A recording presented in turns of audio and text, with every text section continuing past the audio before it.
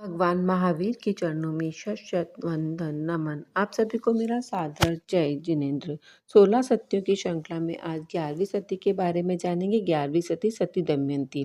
कुंडलपुर नाम की एक नगरी थी। वहाँ के राजा का नाम भीम था। उनकी पुत्री का नाम दमयंती था। दमयंती की माता का नाम पुष्पावती था। भारतवर्ष में यह परंपरा रही कि राजकुमारियों का विवाह स्वयंवर से ही होता है। इस प्रथा के अनुसार कन्या स्वयं अपने लिए पति का चुनाव कर लेती थी। दमयंती के पिता राजा भीम ने स्वयंवर द्वारा उसका विवाह करने का निर्णय किया। देश विदेश के राजाओं और राजकुमारों को निमंत्रण भेजा गया। निश्चित दिन स्वयंवर होता है। उस दिन कुंडलपुर में भव्य मंडप सजाया जाता है।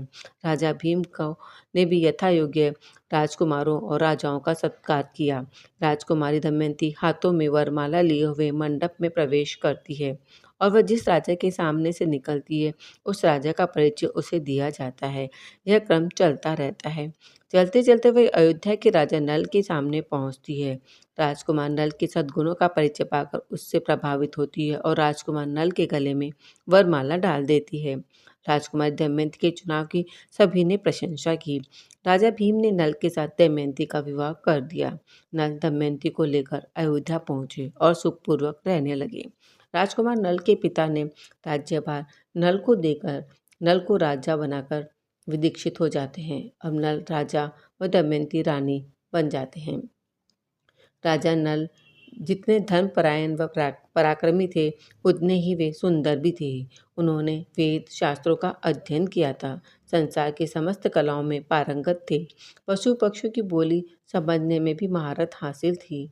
राजा नल अपनी प्रजा से बहुत प्यार करते थे। प्रजा भी उन्हें बहुत चाहती थी। इस कारण उनकी ख्याति चारों ओर फैल गई थी।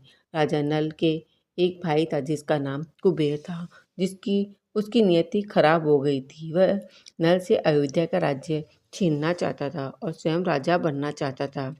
समय सदा एक सा नहीं रहता। सुख दुख का चक्र निरंतर चलता रहता है। वैसे तो महाराज नल गुणवान धर्मात्मा पुण्य श्लोक थे, किंतु उनमें एक दोष था, जुए का व्यसन।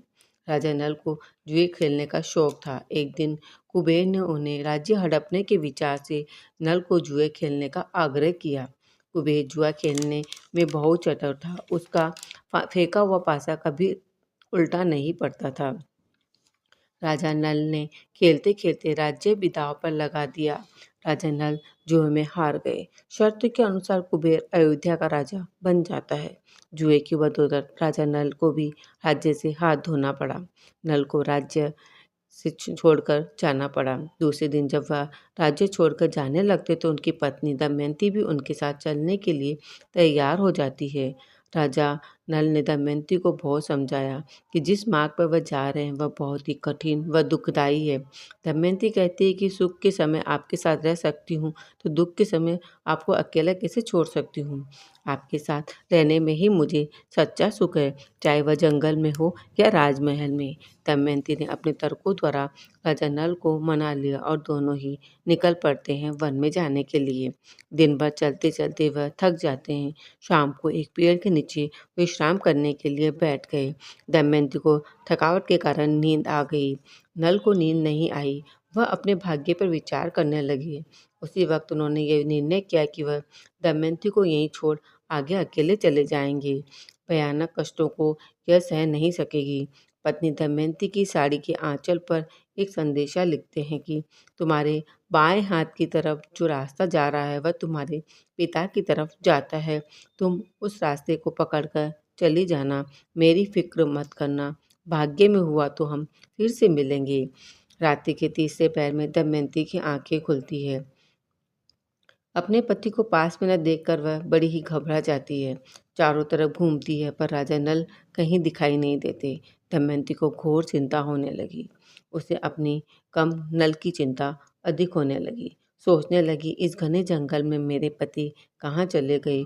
कोई जंगली जानवर तो उठाकर नहीं ले गया। इतने में दमयंती की दृष्टि साड़ी के कोने पे पड़ी। अपने पति के लिखे अक्षर देखकर उसकी चिंता कुछ कम हो गई, मगर पति के वियोग का दुख उसे सताने लगा। लाचार होकर वह पति के बताए हुए मार्ग पर चलने लगी। चलते-चलते उसे धनदेव नाम का एक सार्थपति मिला। वह अचलपुर जा रहा था। दमयंती भी उसके साथ अचलपुर पहुंच गई। अचलपुर के राजा का नाम ऋतुपर्ण था। चंद्रेशा उनकी रानी थी। रानी को मालूम हुआ कि नगर के बाहर एक सार्थक व ठहरा हुआ है, उसमें एक कन्या बहुत ही चतुर, समझदार व सुंदर है। रानी ने दासी भेजकर उस कन्या को बुला लेती है और उसे दानशाला में दासी की नौकरी दे देती है। चंद्रयशा दमयंती की मौसी होती है, मगर वह दमयंती को नहीं पहचान पाती है। दमयंती अपनी मौसी को पहचान जाती है, लेकिन उसने अपना परिचय देना ठीक नहीं समझा। वह दानशाला में काम करने लगती है। इधर राजा नल घने जंगलों में जाते हैं तो रास्ते में उन्हें एक देव मिलते हैं, जो उनके पिता होते हैं। देव अपनी शक्ति से राजा नल को कुबड़ा बना देते हैं। उन्हें एक वरदान देते हैं कि जो वह जब भी चाहे रूप बदल सकते हैं। नल कुबड़ा होकर चलते चलते एक नगर में पहुंच जाते हैं। उस नगर का नाम होता है सुनसुमार। वहाँ पर एक मंदोमस हाथी को वश में करते हैं। इस कारण राजा उन्हें पुरस्कार देते हैं। इस प्रकार राजा से उनका परिचय होता है। परिचय पूछने पर नल बताते हैं कि वह राजा नल के यहाँ रसोइया थे। राजा नल से उन्होंने सूर्य पाक कला भी सीखी है। अगर आप मेरी मदद करना चाहते हैं तो आप मुझे रसोइयों की नौकरी दे दीजिए। राजा उन्हें नौकरी पर रख लेते हैं। इस तरह दिन बीतने लगे। अब राजा भीम को जब ये पता चलता है तो वे भी नल व दमयंती को खोजने के लिए अपने गुप्तचरों को भेजते हैं। इसी दौरान अचलपुर में कुंडलपुर से राजा भीम द्वारा भेजा गया एक ब्राह्मण पहुंचता है और वह जैसे ही दमयंती को देखता है पहचान लेता है। वह रानी चंद्रयशा के पास जाकर सारी स्थिति से अवगत कराता है। इस पर रानी चंद्रयशा दमयंती के पास आती है और उपावना देते हुए कहती है कि तूने मुझे बताया क्यों नहीं? तुम एक राजकुमारी हो, मैंने तुम्हें दासी के रूप में इतने कष्ट दिए। दमयंती कहती है कि मेरे पति न जाने किस हाल में होंगे, न जाने कितने कष्ट झेल रहे होंगे। वो इस हाल में रहे और मैं महलों में सुख भोगूं, यह मुझे उचित नहीं लगता। इस कारण मैंने दासी के रूप में रहना ही स्वीकार किया है और रानी से क्षमा मांगती है। कुछ समय बाद वह अपने पिता के पास कुंडलपुर चली जाती है।